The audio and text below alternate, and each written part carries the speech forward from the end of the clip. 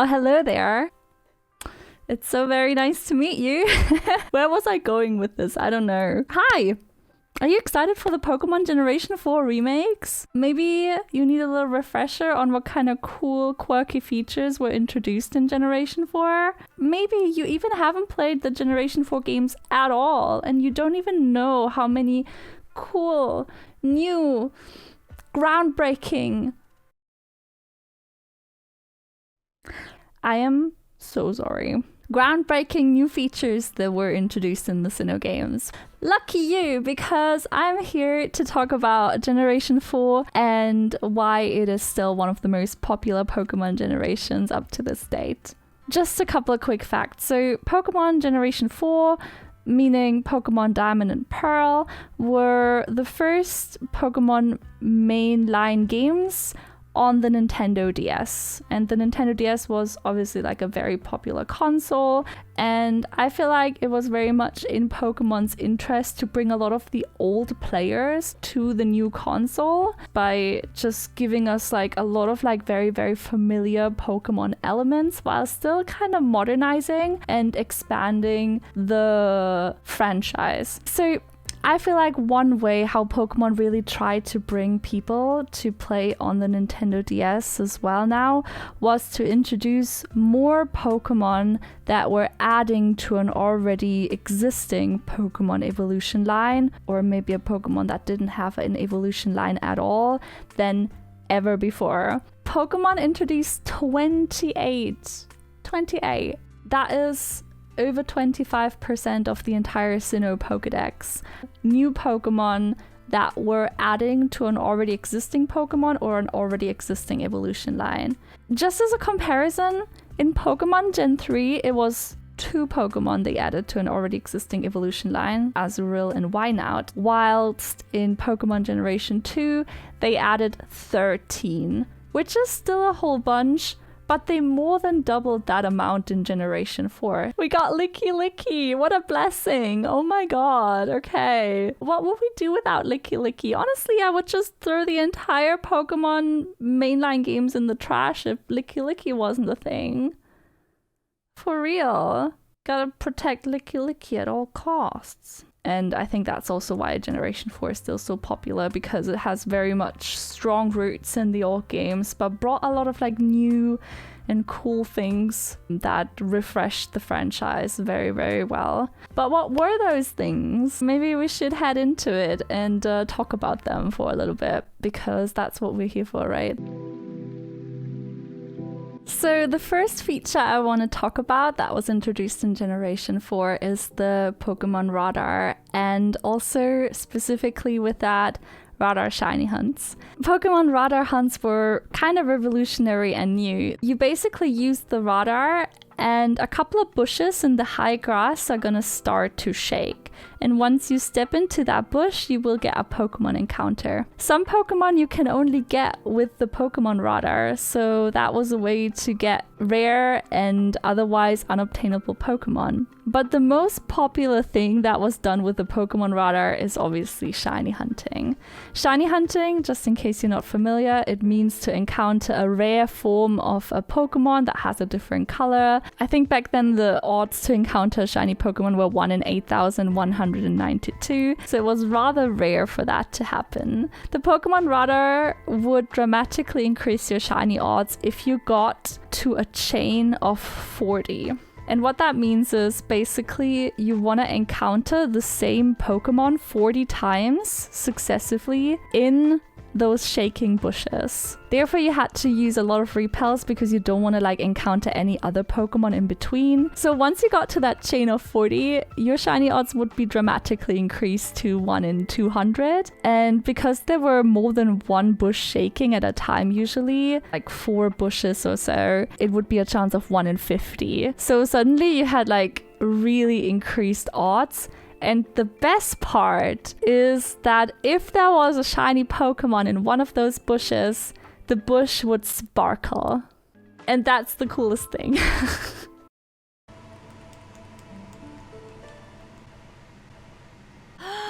I found it! Nice! Yes!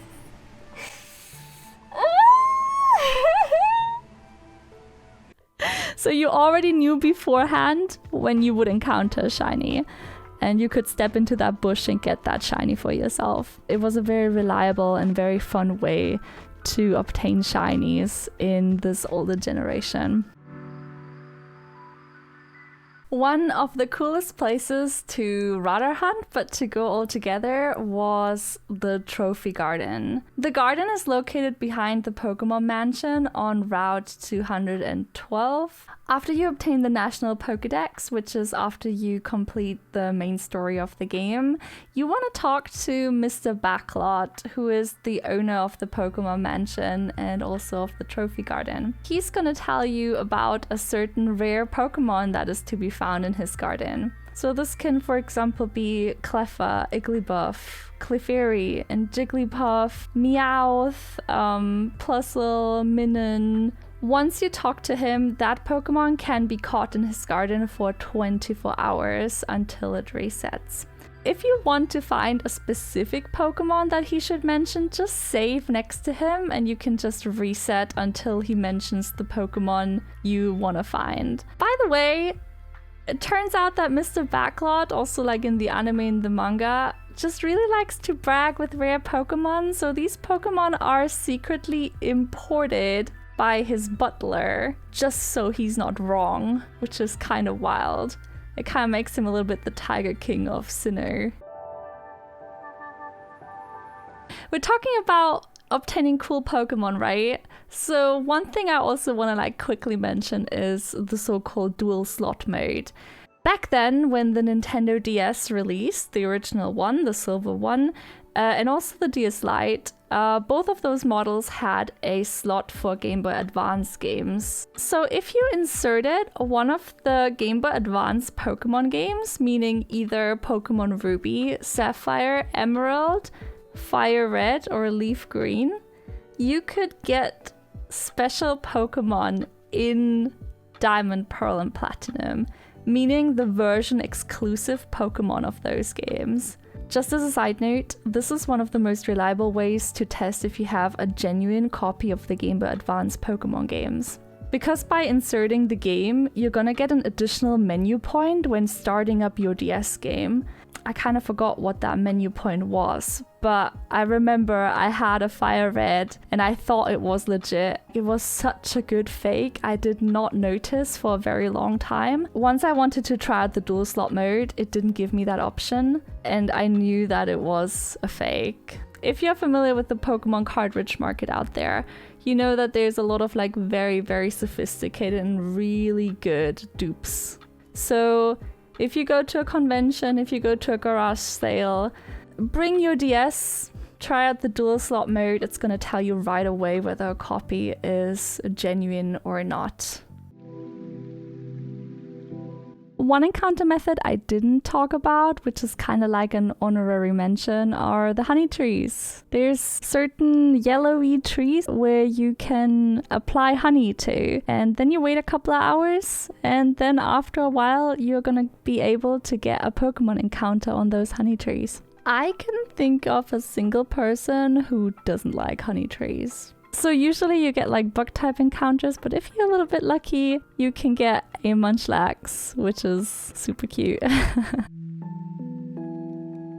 We're coming to one of my absolute favorite features that Pokemon Gen 4 had and no other generation had so far, which are the Pokeball stickers.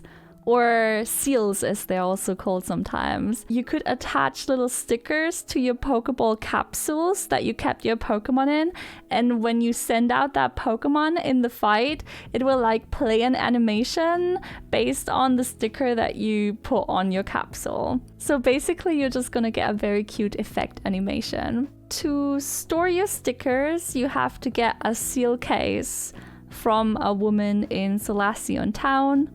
I don't know if I'm pronouncing this right, but I'm just hoping for the best. There's all sorts of stickers. There's hearts, there's petals, there's electric bolts, there's foam, there's confetti, there's stars, and there's even letters. Most of the stickers you can get in Sunnyshow City at the Sunnyshow Market. Every day of the week, they will sell a different type of that sticker. So make sure you check back every day in order to get all the stickers that you want. Now for the letter stickers, you have to go to the house where you originally obtained the seal case from that woman in Solaceon Town. There's a little boy, and if you show the boy an unknown, he will give you the corresponding letter sticker.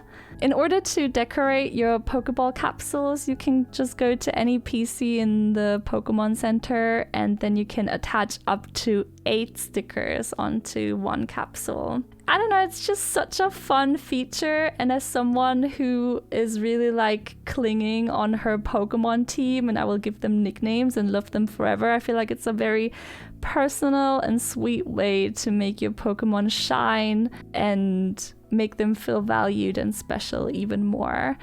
I cannot wait to decorate my balls. My Pokeballs, obviously.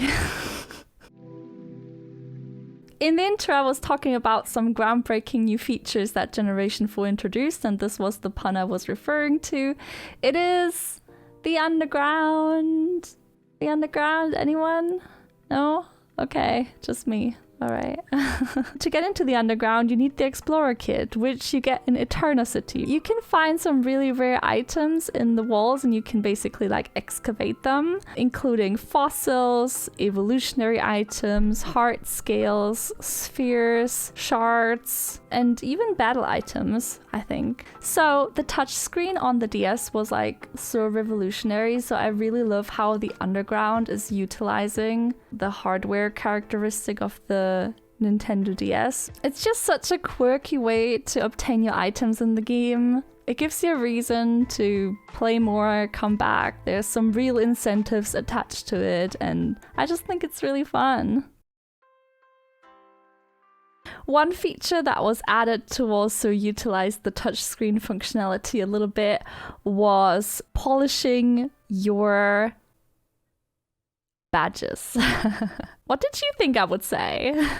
Polishing your badges, obviously. Basically, on your trainer ID, you can turn it around, you see your badges, and if you rub your badges, you rub them long enough, they're gonna start shining. And that is also the best pickup line. Hey, do you wanna like see something shiny? You wanna rub my badges?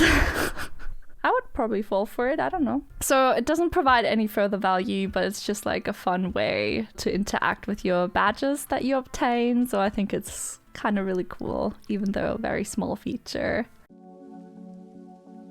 So if you know me, I love any sort of cooking feature in a game, not IRL. We're not going to talk about it, okay? I'm very happy on my instant noodles, okay? I'm fine, all right? Living the ultimate single life. Anyway, Poffins were kind of the equivalent of Pokeblocks in Generation 3. They also use a berry as an ingredient, and you can feed them to Pokemon to raise a certain condition that is used in one of the Pokemon contests. In order to make Poffins, you have to get the Poffin case first. You always have to get like a weird item to store items in, even though you already have an item bag. It's really weird, but it's what it is, because you clearly cannot just throw the Poffins into your item bag. But okay. The Poffin case you get in Heart Home City from the Pokemon fan club chairman. You can cook either alone or with friends. What you basically have to do is you have to stir the dough of the Poffin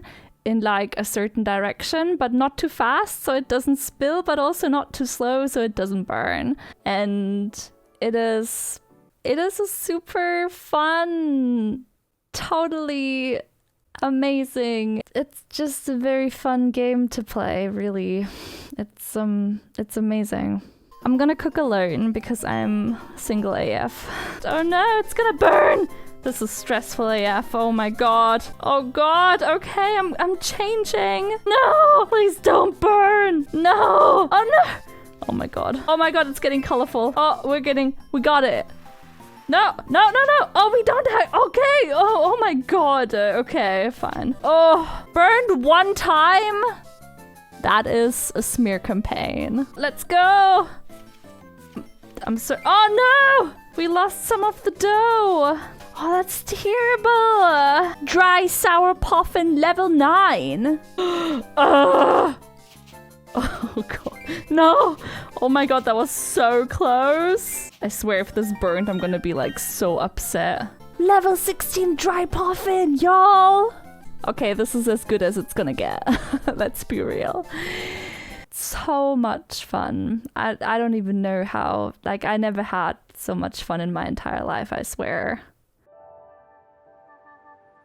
Alright, let's talk about the contests. Contests were not new in Generation 4 because they were introduced in Generation 3. However, they were kind of like an enhanced version of the Generation 3 contests. So again, a feature that they decided to expand on a little bit. So contests were an alternative way to compete with your Pokemon, not with battles as you know it from the main story, but you would participate in different competitions against the game AI. All contests are held in Hardhome City.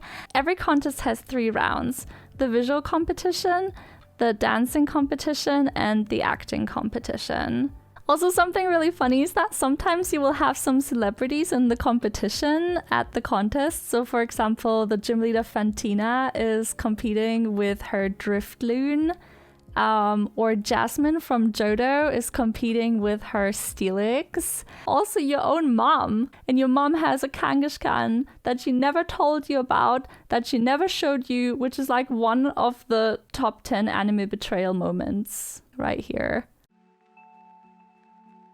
The last point I want to come to in my video is the music in Sinnoh. And I have to say, even though I do believe that all of the Pokemon games have an incredible soundtrack, I feel like the Sinnoh soundtrack characterizes the game so well.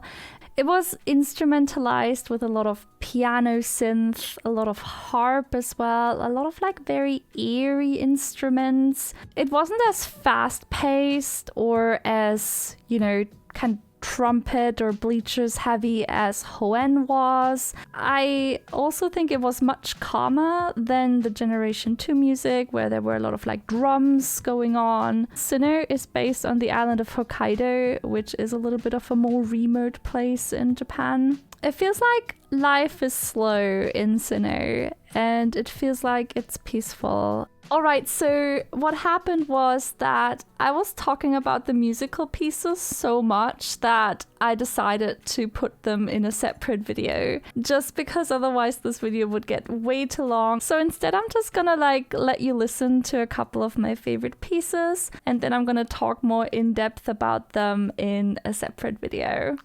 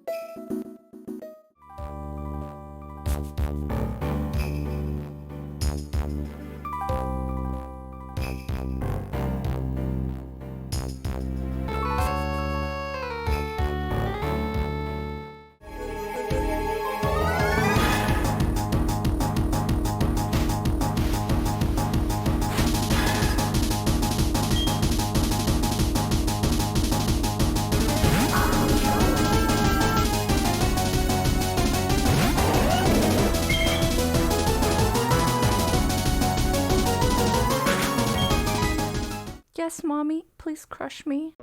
So in many ways, the Generation 4 Sinnoh games were modernizing the Pokemon franchise in so many ways. They set up on familiar concepts, they expanded on them, and they really gave us this masterpiece of a generation that so many people still love. I think Gen 4 very much kept true to the roots of Pokemon, and I am always looking back very, very, very fondly to this generation.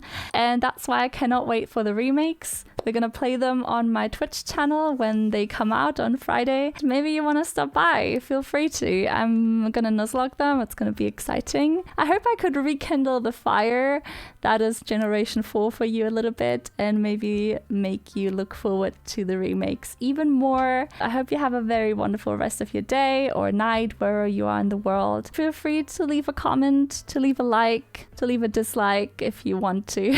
Or also subscribe to the channel if you're into cozy, comfy Pokemon content. I'm hoping I can make more of these videos. Let me know if you like them. Talk to you soon. Bye! And some Pokemon, hi Roserade, also got both. They got a baby and a baby Pokemon. They didn't get a baby. I mean, maybe they... How do Roserades make babies? Yeah, okay.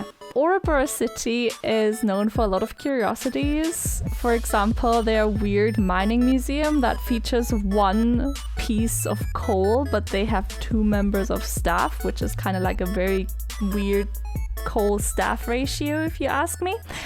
Yes, mommy, please crush me.